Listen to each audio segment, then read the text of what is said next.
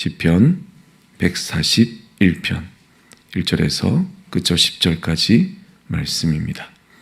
한 절씩 교독하시겠습니다. 하나님의 말씀입니다. 여호와여, 내가 주를 불렀사오니 속히 내게 오시옵소서. 내가 주께 부르짖을 때 내 음성에 귀를 기울이소서. 나의 기도가 주 앞에 분향함과 같이 되며 나의 손드는 것이 저녁 제사같이 되게 하소서. 여호와여, 내 입에 파수꾼을 세우시고 내 입술의 문을 지키소서. 마음이 약한 일에 기울어 죄악을 행하는 자들과 함께 악을 행하지 말게 하시며 그들을 하소서. 의인이 나를 칠지라도 은혜로 여기며 책망할지라도 머리에 기름같이 여겨서 내 머리가 이를 거절하지 아니할지라. 그들의 재난 중에도 내가 항상 기도하리로다. 그들의 재병건들이 바위 곁에 내려 던져졌도다. 내 말이 달무로 무리가 들어졌도다. 사람이 밭가라 흙을 부스러뜨림 같이 우리의 해골이 스올 입구에 흩어졌도다. 주 여호와여, 내 눈이 주께 향하며 내가 주께 피하오니 내 영혼을 빈궁한 대로 버려두지 마옵소서. 나를 지키사 그들이 나를 잡으려고 놓은 올무와 악을 행하는 자들의 함정에서 벗어나게 하옵소서. 악인은 자기 그물에 걸리게 하시고 나만은 온전히 면하게 하소서. 아멘. 본시에서 다윗으로 하여금 이러한 기도를 드리게 하는 그렇게 압박하는 직접적인 원인이 무엇이든지 분명한 사실이 하나 있습니다. 그것은 이 다윗의 의도는 바로 부당한 피해를 당함에도 불구하고 하나님의 은총으로 자신의 영혼을 반성하고 제어하며 결코 보복이나 복수 또는 악을 악으로 갚는 일을 하지 않으려 한다는 것이죠. 다윗은 인내하며 하나님께 자기와 이 적들 사이에서 심판해 주실 것을 바라고 있습니다. 많은 주석가들은 본 시편이 이 다윗의 생애에서 가장 흥미로웠던 장면이라고 할 수 있는 바로 사무엘상 24장의 내용인 바로 다윗이 사울을 관대하게 대했던, 선대하였던 바로 이 이야기에 대한 회상으로 쓰여진 것이라고 확신하고 있습니다. 이 엔게디 동굴에서 다윗은 자신을 죽이려고 온 사울을 죽일 기회가 있었지요. 그러나 다윗은 그의 생명을 아껴 단지 그의 겉옷자락만을 잘랐고 부하들에게도 손대지 못하게 하였습니다.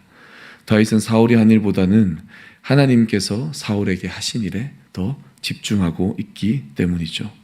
하나님께서 기름 부은 자에게 함부로 대하지 아니하심으로 하나님을 경외하는 것을 드러내었고, 그리고 동굴을 나와서도 사울에게 바로 온유함으로 자신의 정의로움과 이 모함을 받음에 대해서 항변하였습니다.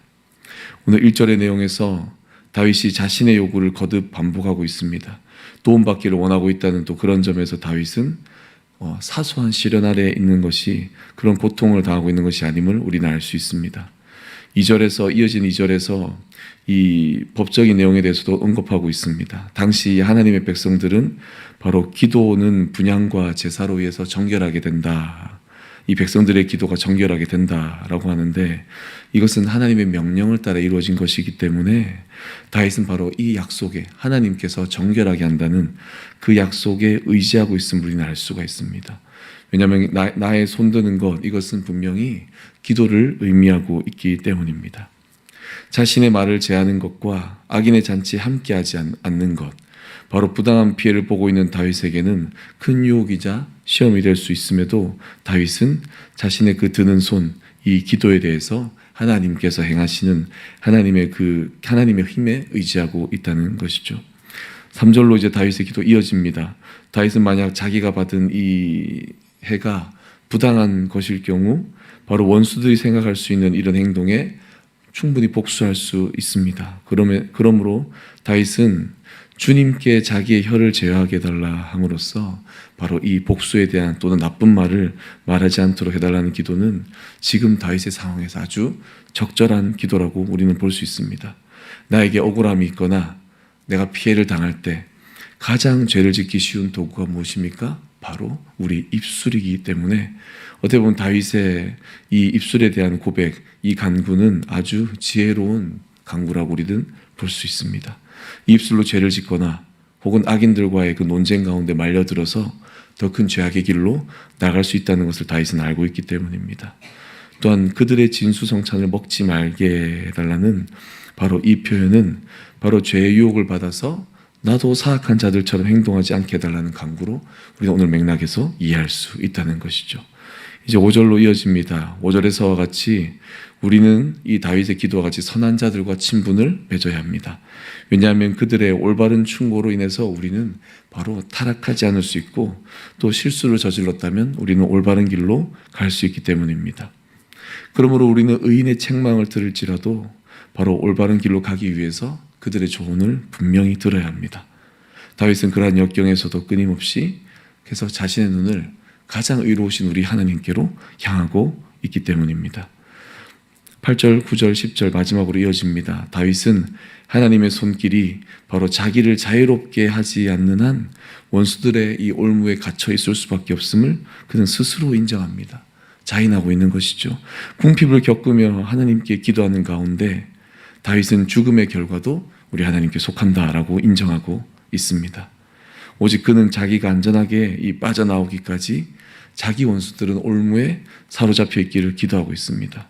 올무에 사로잡힐 때 그 올무가 때로는 사람의 입술도 될 수 있음을 앞절에서 다윗이 말하고 있듯이, 다윗은 바로 하나님께서는 또 간사한 자들을 그들 자신의 꾀로 잡으려고 펴놓은 올무에 또 바로 대항하는 하나님의 올무로 대항한다고 선포하고 있다는 것이죠.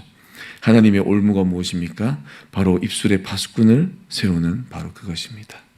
다시 처음으로 돌아가서 이 시편이 다윗의 그 골리앗과의 그 승리와 함께 아주 인생의 스펙터클한 대목 중에 하나라고 볼 수 있는 바로 엔겔의 동굴에 바로 그 장면을 배경으로 하는 바로 시편이라면, 다윗이 그의 하나님을 경외하는 모습과 함께 사울을 향하여 그의 입술을 제어하면서 하나님 앞에 그의 순전함과 정직함을 드러내며 말하는 장면은 적절한 예가 될 수 있다는 것입니다. 이런 다윗의 모습과 고백을 바로 우리의 것으로 삼으며 하나님께서 기름 부음 받은 자를 어떻게 대하시는지를 바로 하나님의 뜻을 따라서 바로 그 사람을 대하는 다윗의 모습, 또한 그 사울을 향하여 다윗이 말하는 이 모습, 또 다윗이 그 입술을 제하며 말하고 있는 이 모습을 우리의 것으로 삼으시면서 오직 하나님의 일에 집중하며 하나님의 올무가 무엇인가를 깨달으며 입술을 제어하고 하나님의 뜻을 이루어 가시는 바로 우리가 되시고 또 거룩한 오늘 주일이 되시기를 주님의 이름으로 소망합니다. 아멘. 기도하겠습니다. 주님 감사합니다. 아버지, 우리에게 하나님의 뜻을 날마다 베푸시고 또 거룩한 주일을 맞이하여 주님 예배 가운데 주님께서 미리 은혜를 베푸시고 우리를 인도하시오니 아버지, 예배 자리에 나오는 모든 심령 가운데 함께 하시사 주님의 올무가 무엇인지, 주님께서 우리에게 베푸신 뜻이 무엇인지를 깨달아 가장 먼저 힘든 일이 있을 때에도 우리의 입술을 제하며 우리의 입술을 주님께 맡기며 우리가 죄 가운데 나아가지 않도록 삼가하며 절제하며 예배자의 모습을 잘 갖출 수 있는 귀한 오늘 되게 하시고 귀한 심령 될 수 있도록 주님 우리 가운데 역사하여 주시옵소서. 주님께 모든 감사 올려드리옵고 예수님의 이름으로 기도드리옵나이다. 아멘. 하늘에 계신 우리 아버지여, 이름이 거룩히 여김을 받으시오며 나라가 임하시오며 뜻이 하늘에서 이루어진 것 같이 땅에서도 이루어지이다. 오늘 우리에게 일용할 양식을 주시옵고 우리가 우리에게 죄 지은 자를 사하여 준 것 같이 우리 죄를 사하여 주시옵고 우리를 시험에 들게 하지 마시옵고 다만 악에서 구하시옵소서. 나라와 권세와 영광이 아버지께 영원히 있사옵나이다. 아멘.